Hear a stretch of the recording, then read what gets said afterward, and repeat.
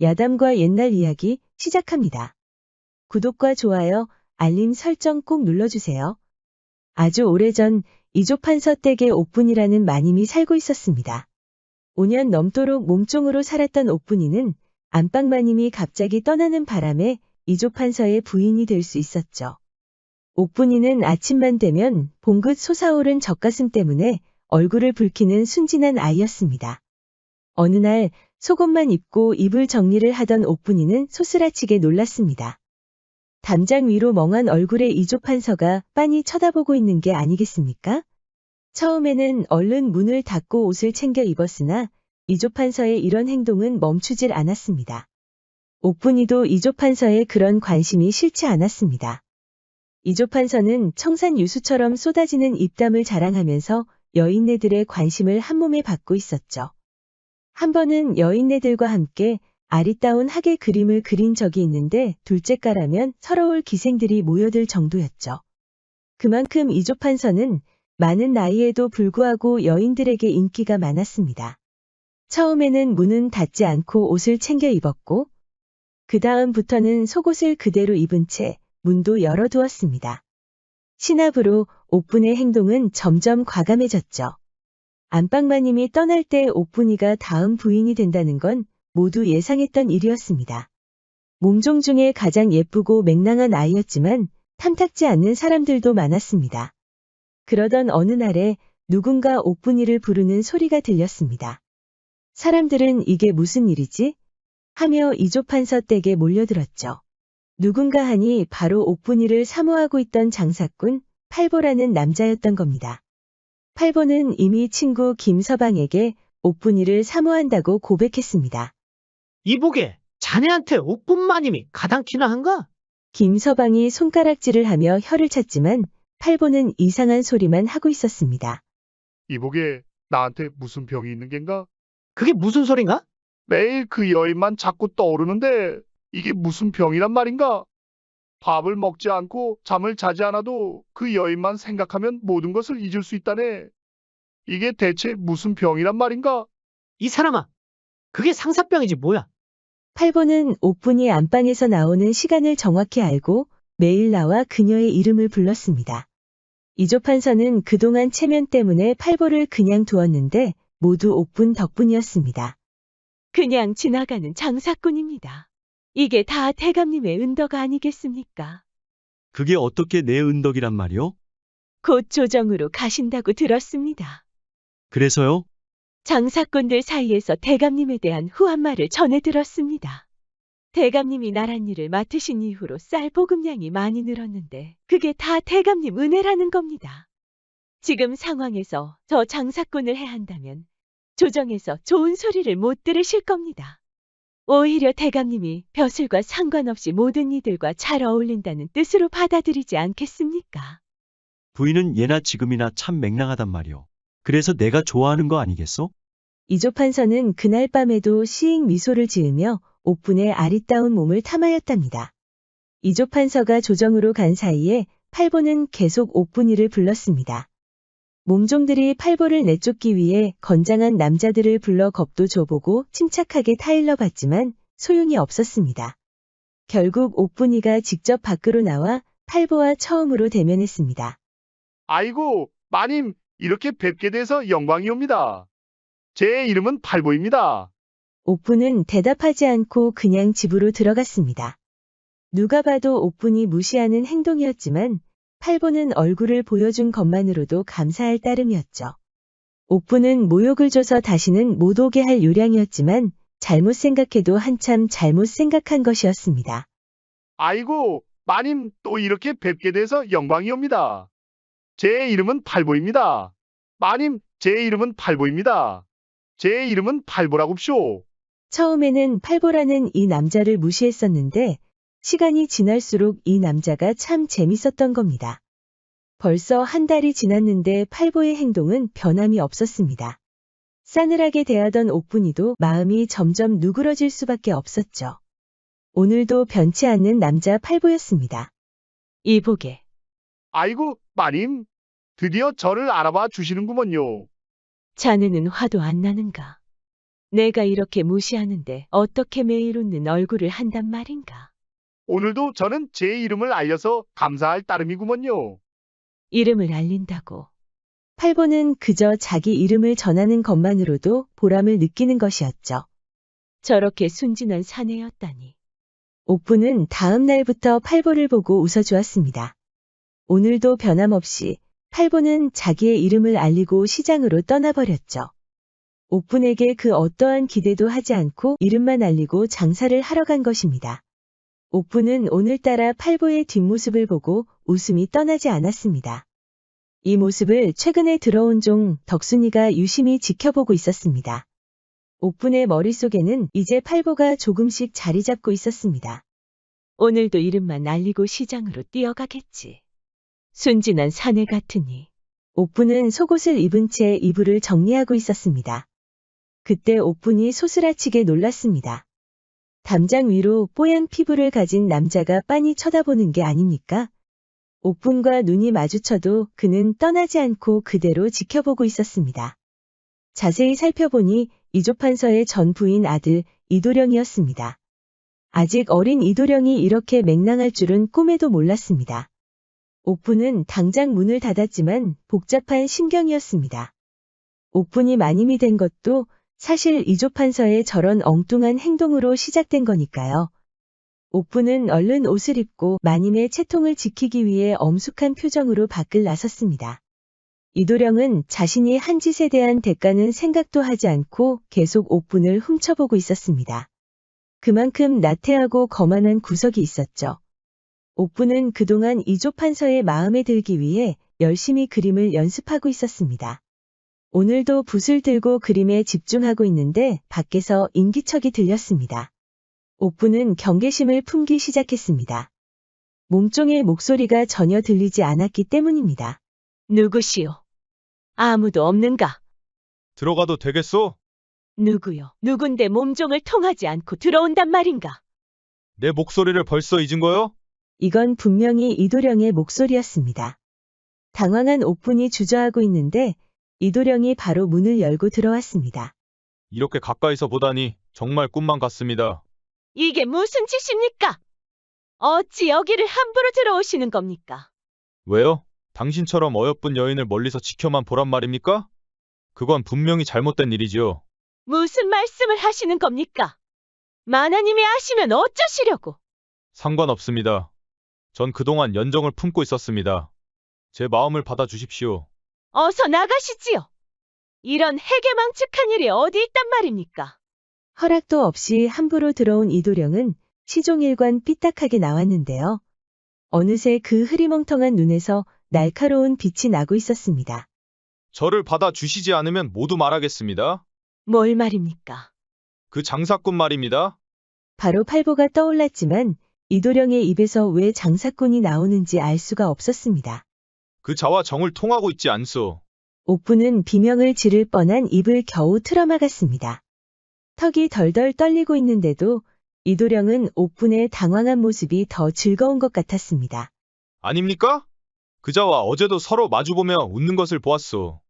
정을 통하지 않는다면 어찌 그리 오랫동안 같이 있는단 말이오. 옥부는 당황하지 않기 위해 애썼습니다. 철없고 막 나가는 이도령을 타일러야 했죠. 무슨 말씀을 하시는 겁니까? 그저 장사꾼 아닙니까? 제 이름을 하도 불러서 그저. 그저 뭐요? 그때 당황스럽게도 옥부는 해야 할 말이 나오지 않았습니다. 팔보는 기껏 장사꾼이라서 지체 높은 마님이 상대할 자가 아닙니다. 하도 옥분의 이름을 불러서 몇 번 상대해 준 게 답니다. 옥분도 종으로 태어난 탓일까요? 팔보에게도 못할 짓이었지만 방금처럼 매정한 말을 도저히 할 수가 없었던 것이죠. 정확히 자시의 이 앞 정자로 오시오. 오지 않으시면 그 장사꾼에 대해 모든 것을 말하겠소. 이도령은 옥분의 대답도 듣지 않고 나가버렸습니다. 옥분은 어쩔 수 없이 정자에 나가 이도령을 만났습니다. 그저 어린 줄만 알았는데 이도령은 스스로 지은 시를 읊으며 옥분의 손을 잡았습니다. 다음 날에도 그 다음 날에도 이도령은 계속 옥분을 불렀습니다. 처음에는 당황했지만 그 마음이 갸륵해 보였는지 이도령의 마음이 진심이 아닐까 잠시 생각해 보았습니다. 아니지, 아니야.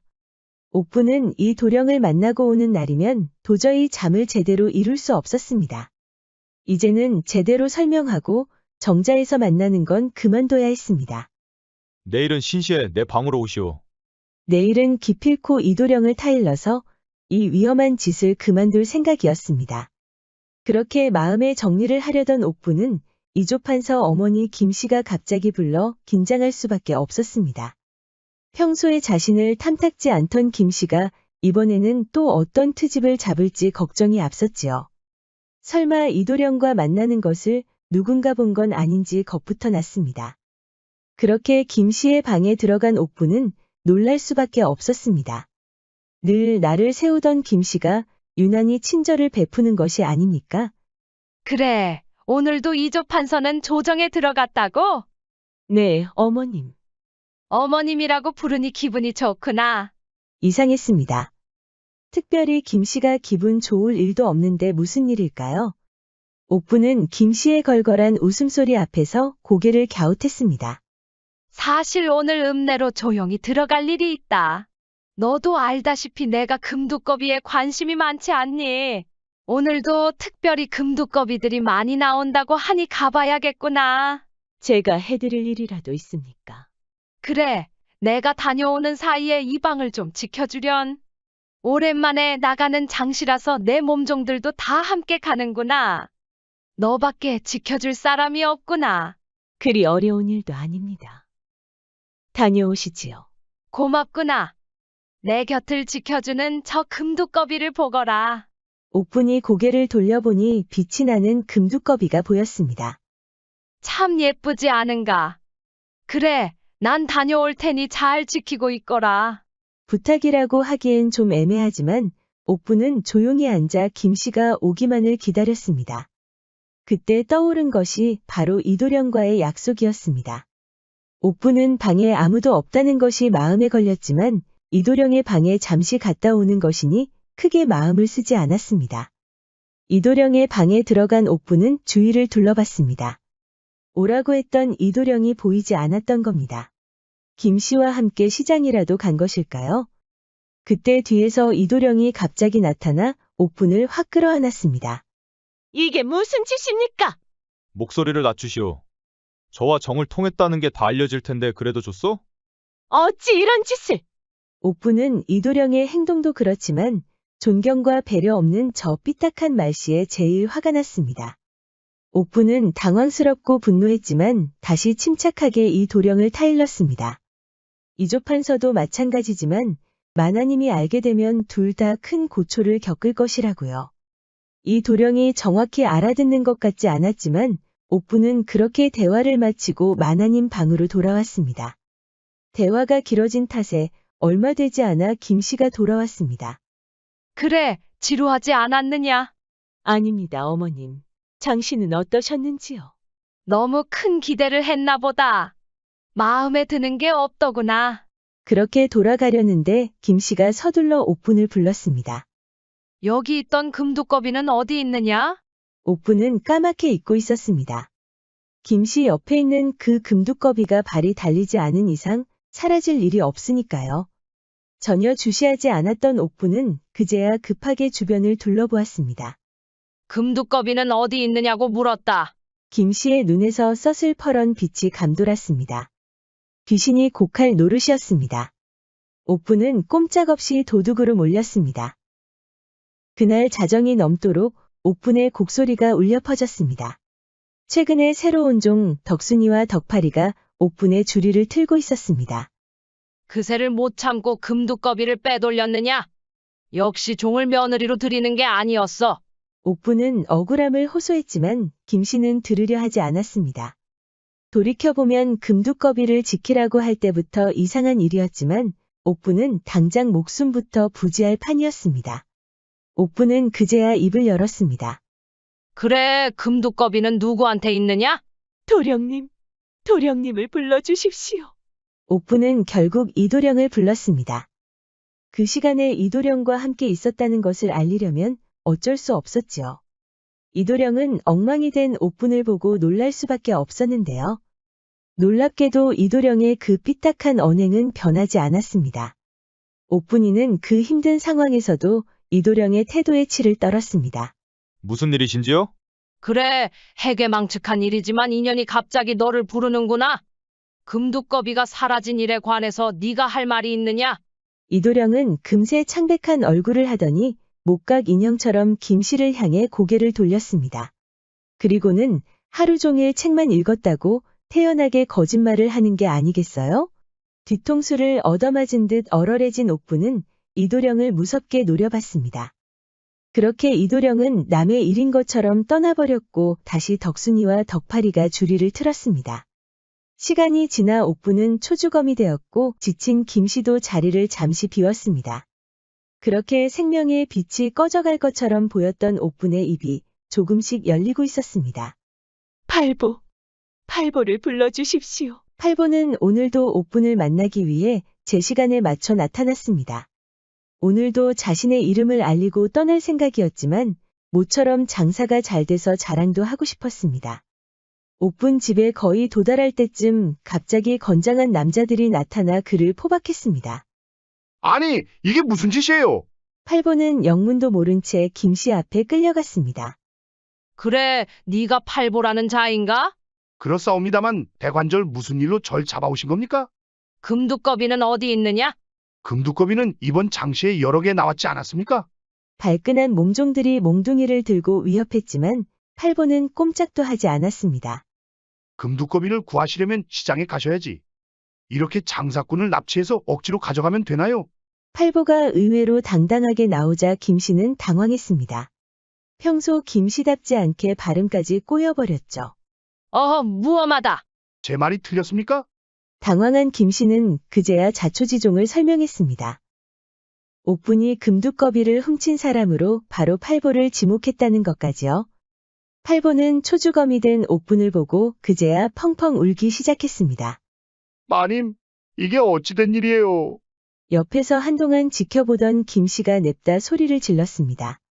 네가 그렇게 보고 싶어 하는 옥분이를 보여줬으니 이제 금두꺼비 내놓거라. 정말 옥분 마님이 금두꺼비 가져간 사람으로 제 이름을 불렀단 말입니까? 그렇다. 그럼 그 값을 제가 물어주면 어떻게 됩니까? 네가 금두꺼비 값을 물겠다고? 금두꺼비 값은 당연히 비싸기에 김씨는 코웃음을 칠 수밖에 없었습니다. 그래? 그럼 옥분은 풀어줄 수 있지. 팔보는 바로 집으로 돌아가 돈이 되는 것은 몽땅 팔아서 김씨에게 바쳤습니다. 친구 김서방은 이번에도 혀를 찼습니다. 이보게, 자네가 가진 거라고는 이 초라한 집뿐인데 그 여인을 위해서 팔겠다는 말인가? 팔보의 반응은 의외였습니다. 마님이 드디어 내 이름을 불러줬구먼. 방금 뭐라고 했는가? 이름이 뭐가 어쨌다고? 내 이름을 드디어 불러줬다고. 옥부는 다시 종이 되었습니다. 이조판서가 돌아오면 다시 하소연할 생각이었지만 김씨가 살아있는 동안에는 어림도 없었습니다.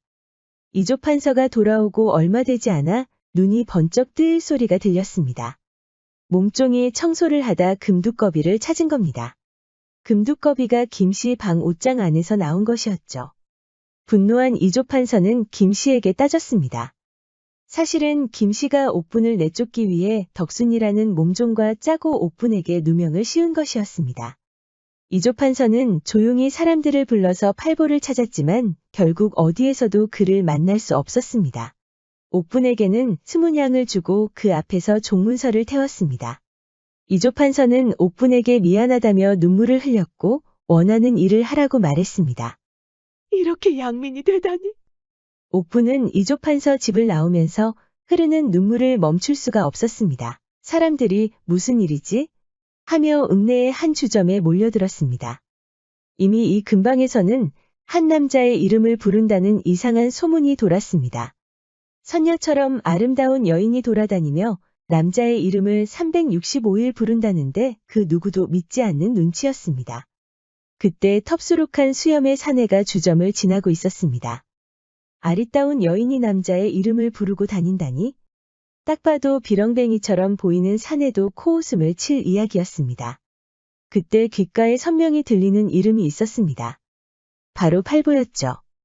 사내는 당장 그 소문의 진원지를 찾아 뛰었습니다. 거추장스러운 옷을 펄럭이며 뛰던 그는 또 하나의 주점 앞에서 멈춰 섰습니다. 사내에게도 똑똑히 들렸습니다. 아름다운 목소리의 여인이 팔보를 부르는 것입니다. 거긴 누구요? 누군데 내 이름을 안단 말이오?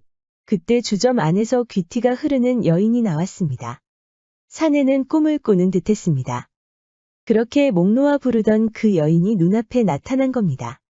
팔보는 무릎을 꿇고 절을 하더니 좀처럼 고개를 들지 못했습니다. 이제야 만나는군요. 어찌 마님이 이런 곳에 계시옵니까? 그만 고개를 드십시오. 그리고 제 절을 받으십시오. 아니, 절이라니요. 앞으로 제 서방님이 되어 주시지 않겠습니까? 제가 마님의 서방님이 되라고요. 서방님은 제 생명의 은인이옵니다. 저를 위해 모든 것을 버리지 않았습니까? 그럼 제 이름을 부른 이유가 앞으로는 제가 대신 그 이름을 불러드릴 것이옵니다. 팔보. 팔보는 얼굴만 보길 바라며 옥분이를 외쳤던 일이 떠올랐습니다.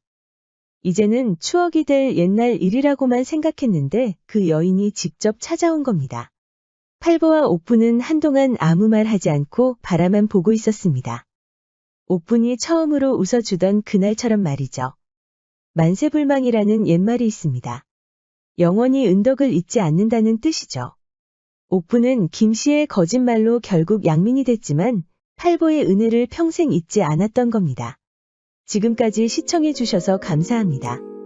은혜를 잊지 않고 반드시 보답하면 팔보처럼 꼭 좋은 일이 있을 겁니다. 구독과 좋아요, 알림 설정 꼭 부탁드립니다. 재밌는 이야기는 계속 준비되어 있으니 편안하게 즐겨주세요. 그럼 여러분, 오늘도 행복하고 즐거운 시간 보내세요.